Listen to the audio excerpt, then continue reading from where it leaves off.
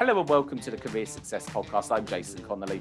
If you're a regular listener, it's great to have you back. But if you're new, welcome to the show. In this insightful and thought-provoking series, we speak to business leaders and people who have had high levels of career success. But we also talk to up-and-coming and emerging business talent. We speak to such a variety of people all across the globe. We'll talk about success habits and what they do in order to ensure they stay at the top of their game. Listen and find out hints and tips to help you in the world of business. How do you set up your own company and make sure it's a success? But we'll also talk about business growth and how to get your company noticed. Practical advice to help you in your career from those who have made it. In this episode, I'm delighted to be joined by Jan Cavelle from the South Coast in England. Jan is an entrepreneur from the UK who has had decades of running micro and small businesses behind her. Jan is very familiar with all the challenges that go with that, having started one from the kitchen table when her children were small and she was a single mother, to go on to build that into a multi-million-pound turnover business. Jan has put her entrepreneurial experiences together with her passion for writing, together at a book aimed at helping entrepreneurs to grow their business during the big leap 1 to 10 million. The book is called Scaled for Success and it's been published by Bloomsbury. The UK publishing date is the 4th of February 2021. So we're just in time before it goes hot on the press. Jan, thanks for joining me on this episode. My absolute pleasure, Jason. I've been looking forward to being here. Oh, thank you. So the book, it's really interesting, Scale for Success. And when I was looking at the cover, there's all kind of different people who've gave their time and wisdom into the book. But before we even talk about the book, we'll come to that in due course. Let's talk about you and your career and sort of talk us through how it all kind of began to, where you are now. It's been a circuitous route, I tell you, Jason. I started off my career by attempting to take jobs for other people and hating it. But oddly enough, I gained a lot of sales experience on and off when I had to take jobs in recruitment. Oh, right. Because I think certainly in those days, I'm sure it doesn't go on now, but recruitment companies used to look at somebody who could vaguely talk and had no other obvious place to put them. And believe it or not, Jan, that's still the case now. It's still the case. With a lot of agencies. I don't think anything's changed, but we're not like that. But I'm not here to sell myself. So tell us more about that. Well, as I say, I was busy taking odd jobs for short periods and for when I got stuck for something else to do, because I did a lot of freelancing work. And among them, I saw somebody who stared in horror at me and thought, what else can we do with her? And suggested I worked for one of the chains, which I'd better not say which one. Oh, you can say them here. We don't mind. Well, they do still exist, surprisingly enough. Oh, right. I checked. Oh, right. Okay. We won't pull it out of you. But if you they're a lot smaller than they used to be. But in those days, they did. The telephone sales training existed by getting you to record and play back to yourself, which is reasonable enough in itself. But I remember it being so glamorous because it was in London, and you had to go into the next door room and sit on the floor with an old-fashioned tape recorder and speak into it, and then go back to join the others. And that was the glamour of my training. Oh, and wow, and that was in the recruitment agency. It was, yeah. Oh, I'm lost for words. That doesn't regularly happen. It was a fair time ago, in fairness. I'm sure they've got slightly more glamorous now. Maybe, perhaps, I don't know. So in terms of you kind of going from that place of, taking these short-term jobs, knowing that wasn't for you and that wasn't where you wanted to, necessarily be in your life, and you had this kind of burning desire to work for yourself. Talk us through that kind of transition, how it sure works, because you were a single mum at the time as well. That was later on. Okay. I mean, the recruitment was sort of a dabbles on and off in recruitment were in my late teens, very early 20s, when I went from self-employment to the odd temp secretarial job, which I was absolutely useless at. Back to recruitment, back to being self-employed, more self-employed than anything else, but occasionally there were gaps and I filled in with something jolly like recruitment. So yeah, and I did mostly I did self-employed in a very non-glamorous way, but simply, I mean, one of my jobs, as I always explain to people, was a brilliant foundation for learning business, and unglamorous though it was, but it was making and selling sandwiches around offices in the early days before Oh nobody did wow, it, and big it was business. brilliant because it taught you how to sell. Mm. And it taught you about customers and what they want and reacting to customers. And it taught you Mm. about adding on a profit to what you were buying in for. And as a basic business training for somebody who knew nothing about business at all, I'd thoroughly recommend it. So that's kind of where something clicked in your mind then, and you thought, there's money to be made here. With it sounds like you had some real entrepreneurial flair in your mind anyway. I guess. I mean, I got the principle of, you can sell something and add some money on and therefore survive and pay the bills. And if Supply you're and lucky, make a bit. demand. Exactly. Yeah. And, that, as I say, that's a jolly good place to start. And, in many ways, a very real grounding without one even being conscious of it in principles of business. And, I did that, and I did another cooking business, and some freelance sales work and all sorts of bits, which went with customer demand. But I truly think that the sandwich business actually was the best business lesson that I could have possibly had. Okay, and talk to us about kind of as your career progressed, and Indeed, yeah, came out talk of us sandwiches. talk to us about that journey. Well, that journey really came about because, again, you're quite right. By that time, I was a single mom, and I'd been in business doing the sort of office and sales work in minor business, very minor business, with my ex-husband. And there I was on my own with the kids, and it was back to, I've got to earn a living. I was on income support and very, very stuck with Mm. them. And I don't mean stuck with them in the sense that I didn't want them. I did want them desperately, but stuck with them to earn a living. That was a very unfortunate phraseology and completely inaccurate, because it was all I wanted was to be with them, actually. And I absolutely adored them. But, there I was, and what I didn't want, is what I was trying to say, is to put them into childcare, because precisely because I wanted to be with them, I wanted to work at home so that I could do something that gave them a future, but Yeah. equally enabled me to be with them, which meant I Mm. had to come up with a business idea for myself and do something myself. Wow. So you And were that, juggling your children and this business, yeah, in well, tandem. that meant sales. They were Mm. only 5 and 7, 5 and 8 maybe. Wow. And so I had to really come back to the telephone sales principle that I'd used, sort of mixing up recruitment, sort of sales of business to business, repeat Mm. business, getting to know customers and them regularly buying from you, in the same way as they had done sandwiches. The principle made perfectly good sense to me. So it was just a question of what I was going to buy in and sell on And at that stage.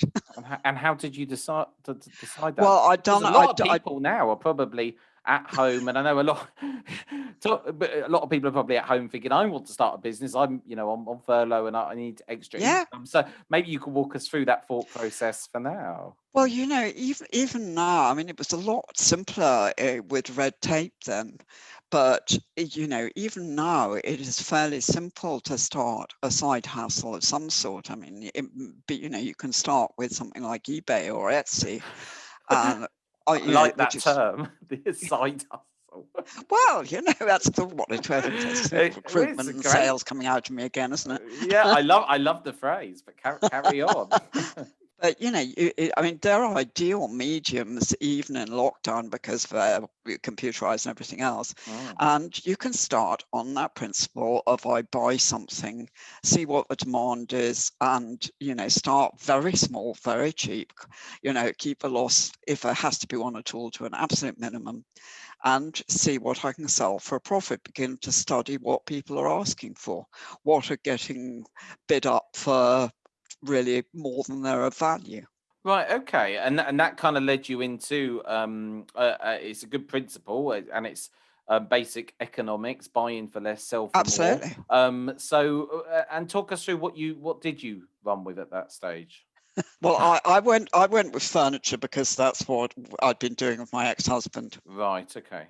Um, and plus the fact that I was living in a very rural area, so I thought there'll be lots of lovely craftsmen who can make it and I can sell it on Oh, from very interesting. easily. So I don't have to worry about that side of things, which should have worked beautifully. But what I hadn't checked was, of course, that the market was changing drastically. And again, good lesson, you need to know your Mm, market, which I didn't. I've been educated by my errors through my entire business career. yeah. And I didn't know enough about it. And the market was changing terribly rapidly because it was back to the time when changing rooms had been out for a little while and suddenly IKEA was, I don't know if IKEA had Mm, appeared, but mm, it was in those sort of times. And so the market was beginning to ask for painted furniture rather than traditional oak and mm. whatever else other woods they made in those days, but particularly oak. Oh, I'd still rather pick an oak product than something painted, but that's just my taste. I guess that's not Well, necessarily. absolutely. No, I mean, I think, now we've Yeah. gone back to both a bit, but at that particular point in time, suddenly the craze was everything had to be lacquered or Mm, painted. yeah. And but the craftsmen out in rural sticks had not caught up. They did not like this idea of their furniture being painted or using Oh, yeah. board products and were horrified by the mere suggestion that crafty little hands should touch particle board, MDF, or chipboard, or anything which was the current rage. So it was quite a challenge, and I Mm. couldn't find anybody to finish the stuff by subcontracting Wow. because Wow. they didn't exist really at that Okay. point in time because there hadn't Okay. been enough demand. Really interesting. And take us forward. Kind of where did your career go from that moment? Well, the answer to that was a friend and a spray gun and a space in a barn, Mm. and which morphed into a small, tiny farm unit, which in the end, because we had to merge with the people who were mainly making the furniture by that time, who actually were prepared to make in that sort of thing, but the owner retired, and we merged the two into a factory unit, which was such a journey because there was me. I mean, it took me over a long period of time, but I was never planning to do anything like that. It Oh, was just wow. a means to an end to look after the children. And now all of a sudden, and by this time we've got to the millennium, right in, Mm, it was mm. really heavy snow. And suddenly I was sitting there with a factory unit, which looked huge at the time. And five of us were sitting there. And I was Wow. thinking, what on earth have I done now? That moment of just kind of pure, Yeah, hang on a minute, how have I got to this stage of my absolutely. life? Yeah. Yeah, and that's kind of when it kind of really, I guess, all took off. I think I haven't really had those moments. I think I had one recently where I kind of someone said something to me, and then I just kind of stood back and I thought, wow, actually, yeah, I have built something here. But I think you get caught up in it sometimes, don't you? And it kind of Yes. it evolves, and it's when you're living it, it's sometimes when you step back and you think, hang on a minute, a whole year has occurred here, and it's just kind of flown me by. But you get very immersed in Absolutely. it. But Um, it's like you were telling me the mm, sort of listeners you're getting now, which is yeah. incredible. You must take those moments of saying, "Wow."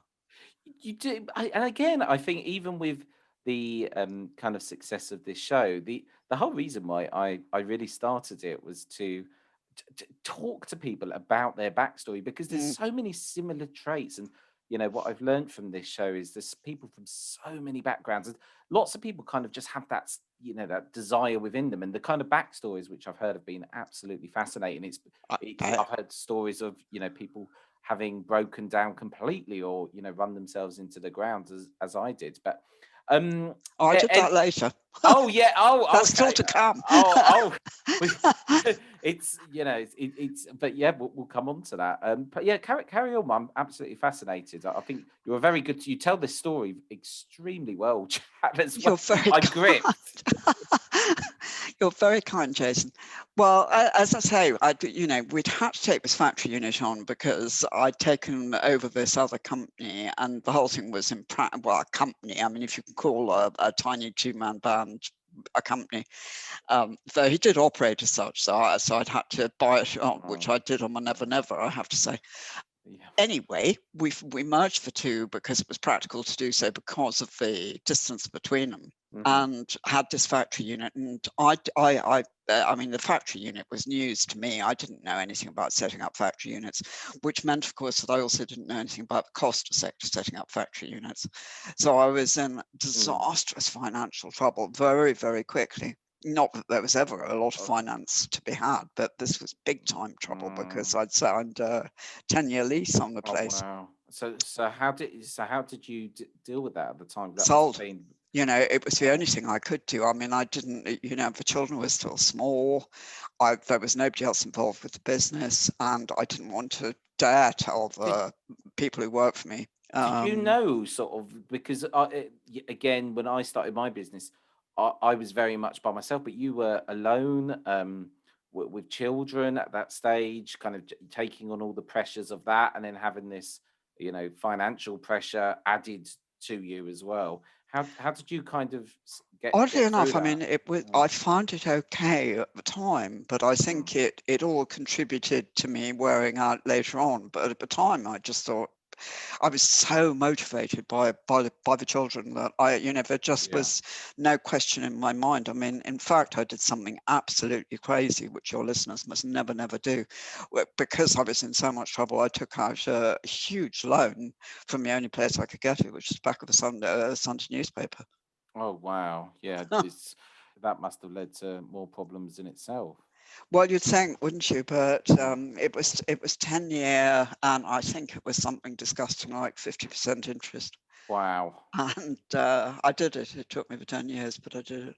Wow, and to be in that situation as well at that time when you've kind of built something up, and I imagine the motivation in itself, driven by your children, that doesn't necessarily mean it was healthy in the levels you was working, just because that was necessarily the I motivation, don't think it was, no. which is obviously led you to kind of where you are. So how did you get from there to moving forward? To where I am now. Well, Yeah. it worked. It worked very well. And we, for I suppose about 10, 12 years, we went from strength to strength, and we started cleaning up high growth awards and sales awards, curiously enough, and all sorts of nice things. And it was all hunky dory. But then we have, of course, just about 3/4 way through that, we had the 2008 crash. And that we survived, but we had to change the market, and the market changed on us to a much more demanding one. And I was trying to push on with the growth because I thought it was a good idea, and I was still trying to get out of debt, and Yeah. Oh, wow. one or two other things. But it's inbred into us when you start growing a company and going high growth. It gets the idea that you've got to grow, and grow is good, is something we all accept, and it's one of the myths that I am very keen to disband, actually, because it isn't necessarily right for people at all. I'm not sure it was right for me, though it's given me a lot of opportunities, but from very back to front ways. Not all businesses are right for growth. Some businesses are making an absolute mint and are messed up by growth. It can be a very dangerous thing to do, and a very wrong thing to do. Why do you think that is? In some ways, this is what led me to the book, because I spent probably the next 7 years battling to years. Oh, we'll forgive length you. slightly Don't wrong, but we're worry. talking roughly. And I'm battling to keep on achieving this business of scaling up, and got to a certain level, but got very badly stuck. And I at that point, the children had left home. Indeed, one of my kids, my son, had joined the business for a while and done very well and got a good training, but he'd gone to live abroad. And I kept on thinking I ought to, which is fatal Mm. anyway in business. That's one of the first mistakes. Can I underline that? Never do it if you think you ought to. Only do it because you absolutely can't Believe it. possibly do Yeah. anything else. Yeah. But I kept on thinking I ought to do this. I've got all these people working for me. It's a sensible thing to do. Disastrous words. But what I did have the sense to do was go back and get a lot of training and start learning and finding out a lot more about the actual things that I didn't know. Curious enough, over whatever it was in business by that time, I had picked up quite a lot of knowledge from experience, but it was really good to learn from other entrepreneurs. And that's exactly what I was doing. I was learning in a high growth London club. And it fascinated me. I became absolutely addicted to it, just as a principle, and the people, rather like you were saying earlier about talking to them, they are just a fascinating bunch. It kind of sounds like then you started to meet people who were like-minded, who were, Yeah, inspiring you.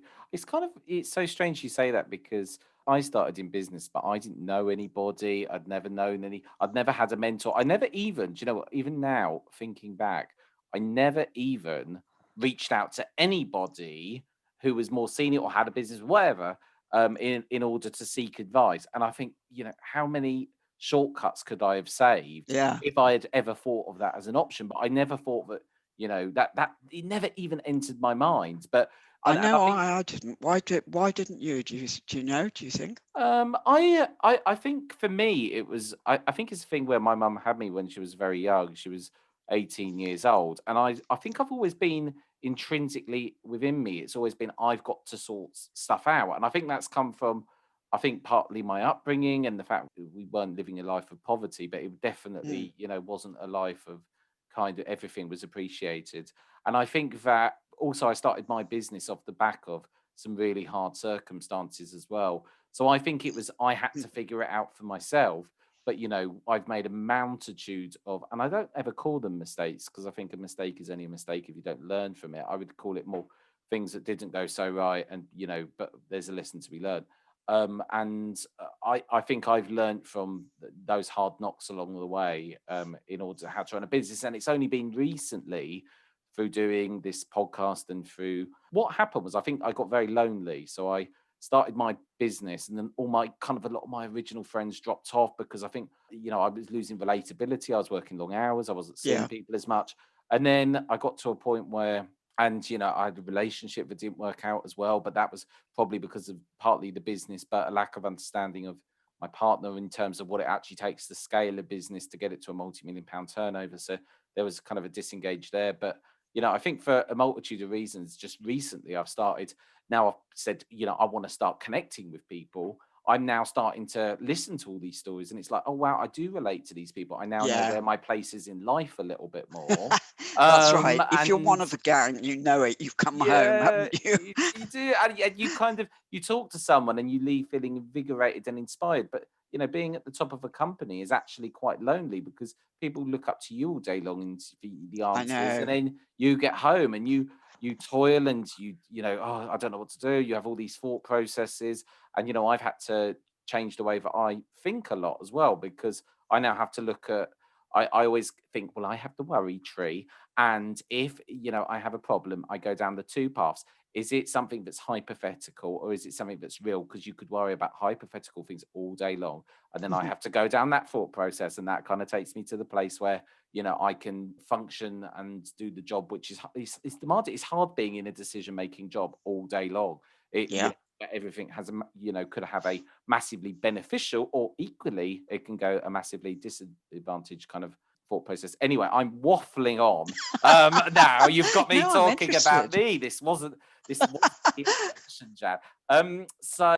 Just so let's kind of take this forward to. I think it was a fascinating backstory, and I think it's going to resonate with a lot of people. But let's take this up to the current day, and your book that's Sure. due out on the 4th of February 21, called Scale for Success by Jan Cavelle. And That's it's the got, one. there it is, and it's got a weaving together. I like the quote on the top from Ollie Barrett, MBE, co-founder, startup Britain, that says, weaving together stories, lessons, and thoughtful reflections. So, on that introduction, please tell us about the book. Well, thank you very much for that. Um, the book, I am so excited. I still get childishly excited about the fact that it's my book and I'm an author and I'm going to be published. I can never quite get over it. So I have to calm down for a second here. But Honestly, this isn't the place to calm down. If you want to shout and get excited about that book, you go ahead. It's a big achievement. To write a book is a massive achievement. So we embrace that. Well, it was something I dreamt of from childhood, and I'd got back into writing in my last few years of business when I was getting increasingly lost and miserable and clearly not succeeding and wondering how on earth to get out of it, and then trying again and wondering how on earth to get out of it, and one thing and another. Yeah. But I was writing for a business magazine online called Real Business, and loving every minute of it. It was my one happy place. So when I eventually broke up the business, got shot, the name is still trading, but the rest of it had to get wound up. And when having done that and just walked away because I got to the pitch, I made that decision in about 3 weeks flat. And because I got to literally the end of the road. And I had to sleep for quite a while after that, quite apart from anything else, and pick myself up off the ground. But I kept on thinking, shall I retire? That's a sensible thing to do. That's what I'm going to do. But I still want to write. How can I write if I'm retired? Yeah. And then I thought, well, what on earth do I know about to write? And that came back to clearly the thing I've got most experience in is entrepreneurship. So the question was, did I have the nerve to write it, considering I hadn't succeeded in doing the whole scale? And I thought, well, I am extremely familiar with the pitfalls, and entrepreneurs understand that we all learn best from our failures. So if I can address those failures and the odd thing I succeeded in, I wasn't too shabby at sales and whatnot, and put those all together, involve some experts into showing how it should be done, who'd actually been there and done it. And, I've got the skeleton outline of a book because I wanted to put together a little guide of looking at sort of all the aspects of scaling that people stumble over, from raising money to sales to marketing, of course, to coming up with the right strategy, and make it a sort of guide to all those stages, but equally with an expert for each part of the journey. So I started approaching entrepreneurs that I knew initially from the High Growth Club or friends or whatever, and saying, would you? And my friends sort of were pretty tolerant at first, thinking, but she's dabbling on this one. Okay, that's humor because she's not, but had a bit of a rough time, I think. They never said that to me, but I'm just guessing. I'm sure that never entered their thought process for a moment. Maybe not. Yeah. But luckily the sort of slightly more serious and high-powered ones from the London club, but I did approach a few of those, and they were kind enough to come on board. And but at sort of 2/3 of the way through writing, I thought, well, what am I going to do with it? Because all these entrepreneurs are saying, who's publishing it, and of course I had a clue who was publishing it. I vaguely thought I might if I was lucky. So I got serious almost a year and a week or so ago and sent a submission into Bloomsbury, and bless them, they got in touch. I can't remember if they emailed me or tweeted me or did something, and said, would you like to come straight in for a meeting? And do you know the thing is, though, ever since. That to get a book published is one thing, but to get a book published by a well-known publisher is a whole nother thing. So absolutely big congratulations. It looks like an absolutely fascinating book, and I think what's so great about it is it's got so many different people's experiences, and you're right in what you're saying. It's that entrepreneurial thing of knowing how to deal with a failure, and I think you have to have been there to really sort of fully actually appreciate it, because I was so unwell, so unwell, and from just going and going and going and going. But it's you kind of get to that place, and I think COVID, even in itself has been a massive challenge. But we're kind of hopefully coming out the other side of that now. I'm not even going to start going on to the whole COVID subject. Well, we all hope it will end one day. We do. So the book, just talk us briefly through what was the actual motivation at the time when thinking about writing this? Was it just to get your thoughts down on paper, or was it more, to get a message out there to No, it other was very people? much to get a message out there. I did Right. want to do something, it sounds awfully sort of sickly, to help other people, but I did want to give Right. back a bit. And, I did think the more I dug into it, the more I found that this Yeah. actual stage of business, the 1 to 10 million jump, Yeah. is the stage that, I know that's slightly flexible because it depends on the sector, but is particularly a stage that people get really stuck at. And one of the things I'd learned from all my experiences is that actually you've only got a hope of succeeding if you put foundations in before then, right? With, Mm. it may be an option to scale. You may not decide not to do it, that's fine. But what the majority of us do, exceptions if you're going through an accelerator or something from day one because you know what you're aiming at, but the majority of businesses just keep on growing. So they, think, oh, this is nice. I've got 1 million, so it's going to be easy to get to 2 million. I'll just go on doing Oh, the same thing. yeah. And it doesn't work like that. And that was probably my biggest You've mistake, got to particularly have the being sales infrastructure. oriented. You've got Sorry. to you've got to have the infrastructure, haven't you? Yeah, very much Um, so. it's So you've got to have the infrastructure, you've got to have the people, you've got to have, in the right place, which is people. Yeah. huge, because often the people who were capable of being your key team to take you to 1 million are certainly not going to take you to 10 in And the do you know nicest what? possible way. It's a different thing. And that's what I've learned in business as well. We're kind of, it's really crazy talking to you as well, because even my own business, we fall, slap bang in that kind of category of businesses wanting to go from one place to another. And it is a lot of the time it's about infrastructure, and most importantly, it's about the right people, keeping the right people. Absolutely. And if you don't have the right team, you're not going to get there, or you're going to really trip over some hurdles on the way. And I think that's such great advice in itself. We're never going to unpack all of this book, and we are very sadly starting to run out of our time together. And I could talk to you for many, many, many hours. Just tell us kind of, what advice, you would give to people who are maybe kind of maybe starting a business, or, they're maybe year one or year two and they're trying to grow it out. What advice would you give to people in that position at the moment? I appreciate it's somewhat generic.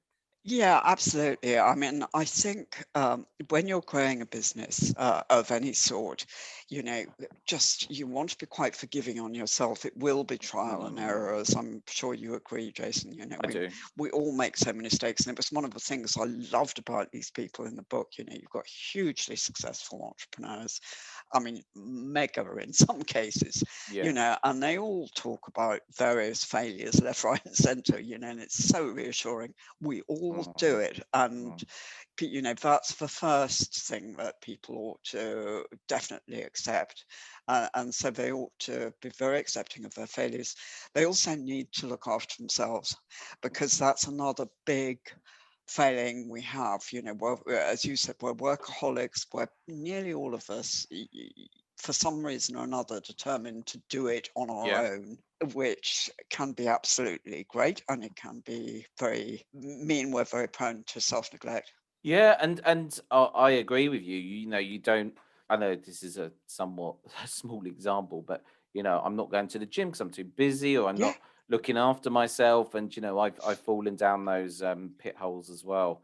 And absolutely. you have to then think, actually, a little bit less and giving yourself a bit more over here is going to help in the long run, or well, Yeah, the I mean, short you run have, even. if it doesn't come naturally, which it often doesn't, to Mm. think, you're worth doing it for, you have to actually realize that business is going to need you in top form if it's going to succeed. Does if you're unwell or you're run down, then Mm, it does. I absolutely agree. I think everything you've said is so valid and so right. And you can tell it's come from a place of you having to learn that yourself. You say it with such yeah. passion and such vigor. It's great. And do you know what I love about the book, Jan, is you're just such an authentic person. You've been there, and this book really comes from a place of you having been through these experiences. So I think that's absolutely really refreshing. So I'm sure loads of people will want to get it.